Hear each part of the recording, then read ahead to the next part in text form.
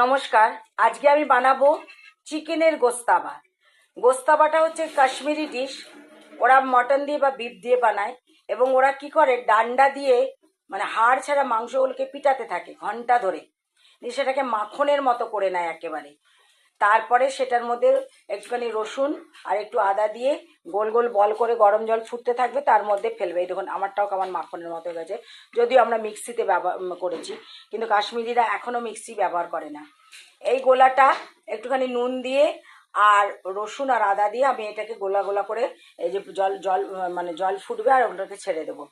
এবার গ্রেভির জন্য কী নেবো, গ্রেভিতে কোনো আলু নেই। এই যেখানে আমি মৌরি পিষে রেখেছে আসার, মৌরির এটা কতটা লাগবে সে পুরোটা দেবো না।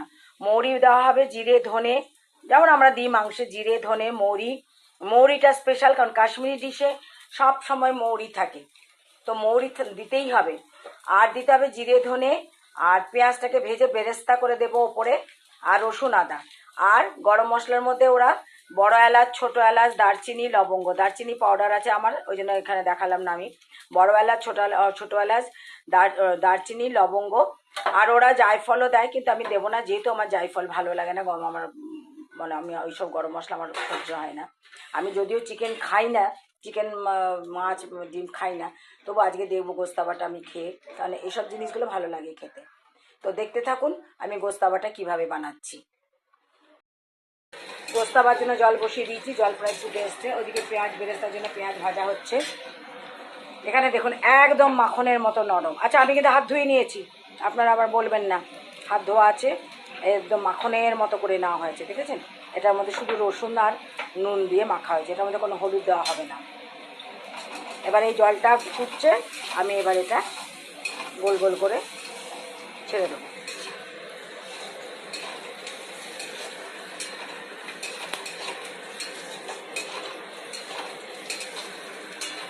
যখন এগুলো সেদ্ধ হয়ে যাবে, ফুলে ওপরে উঠে আসবে, তখন বোঝা যাবে যে এগুলো সেদ্ধ হয়ে গেছে। এবং এই জলটাকে ফেলবো না, এটা আমি গ্রেভিতে দিয়ে দেবো। এটা আপনারা চিকেন স্টক হিসেবেও রাখতে পারেন, যখন স্যুপ টুপ বানান তখন চিকেন স্টক, যদি বেশি জল হয় চিকেন স্টক হিসাবে রেখে দিতে পারেন, কারণ গ্রেভিতে তো আর এতটা জলের দরকার পড়বে না। চিকেন স্টক হিসাবে আপনারা ফ্রিজে রেখে দিতে পারেন স্যুপ টুপ বানানোর জন্য। এই যে গোস্তাবাগুলো দেখুন একটা হয়ে গেছে, বেশি ফোটাবেন না। যখন ফুটে ফুটে মানে উপরে চলে আসবে তখনই নামিয়ে দেবেন, কারণ চিকেন তাহলে খুব শক্ত হয়ে যাবে। এবার আমার বেরেস্তা হয়ে গেছে, জিরে আর লঙ্কা দেওয়া হয়েছে।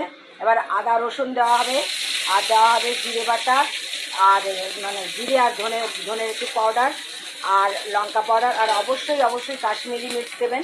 আর দেওয়া হবে মৌরি পাউডারটা। আসলে ওরা না আদা মানে বাটাটা ব্যবহার করে না, ওরা শোঁটা ব্যবহার করে না, আদা শুকনোটা ব্যবহার করে। তো আমি আদা বাটা হয়ে গেছে বলে দিয়ে দিলাম, আমার কাছে ছিল কিন্তু আমার মানে ভুলে গেছিলাম। যাই হোক, এই না এটা থেকে পুরোটা দেবে না, হ্যাঁ পুরোটা দিও না। এবার এই মৌরি বাটাটা দিয়ে ভালো করে এটাকে কষিয়ে তারপরে জল ঢেলে দেওয়া হবে, আর দই দেওয়া হবে। দই আর একটু দাও। আর দইটা ফেটিয়ে রেখেছ, এই যে দই ফেটানো হয়েছে, ওই দইটা দেওয়া হবে। দই মেশানো হয়ে গেল। দইটা যখন ঢালবেন কম আঁচ করে নেবেন, আগে দইটাকে ভালো করে ফেটিয়ে রাখবেন, নাহলে বেশি আঁচে দিয়ে দইটা দিলে ফেটে যাবে। আর দইটা কম আঁচে দিয়ে সাথে সাথে নাড়তে থাকবেন, তাহলে কিন্তু দইটা আর ফাটবে না। এই চিকেন স্টকটা ঢেলে দেওয়া হয়েছে পুরোটাই। এবার এটা ফুটে এলে তারপরে এই বলগুলো দিয়ে, এই চিকেন বলগুলো দিয়ে ফুটিয়ে গরম মশলা মিশিয়ে নামানো হবে। চিকেন গোস্তাবা রেডি, ঢালা হয়ে গেছে, 2-3 মিনিট ফুটেও গেছে। এবার এটাকে রেখে দিলে এই চিকেনের বলগুলো রসটা আরও আরও গাঢ় হয়ে যাবে, টেনে নেবে আরও। খুব সুন্দর নরম হয়েছে। এই দেখুন ভেঙে গেল, দেখলেন কি সুন্দর নরম চিকেন বলগুলো হয়েছে। আমি সার্ভ করে দেখাচ্ছি আপনাদেরকে। এই হচ্ছে চিকেন গোস্তাবা। আপনারা যদি মটন দিয়ে খেতে চান মটন দিয়েও করবেন, মটনটাও এরকম করে পিষে নেবেন, ভালো করে একদম নরম মাখনের মতো করে নেবেন। আমার বাড়িতে আমার মেয়ে মটন খায় না বলে চিকেন দিয়েই করতে হয়, আমাকে চিকেন দিয়েই করতে হয়েছে।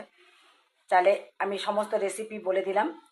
এবার আমি আমার আশা রানীকে একটু খাইয়ে দেখাই, আশা রানী বলবে কেমন হয়েছে। নাও আশা, খাও, খেয়ে আমাকে বলো কেমন হয়েছে। দারুণ হয়েছে কাকিমা। বলটা একটু ভেঙে খেয়ে বলো, বলটা ভাঙাও, দেখো দেখাও, হ্যাঁ দেখুন কেমন বলটা ভেঙে গেছে। ভালো আছে? তা আপনাদেরকে আমি চিকেন গোস্তাবা রেসিপি দেখিয়ে দিলাম, আপনারা এরকম করে বানিয়ে খাবেন। এটা কিন্তু কাশ্মীরি ডিশ, বানিয়ে খেয়ে আমাকে জানাবেন কেমন লাগছে। অবশ্যই অবশ্যই কমেন্টস করবেন, লাইক সাবস্ক্রাইব করবেন আমার চ্যানেলকে। আসি তাহলে, নমস্কার।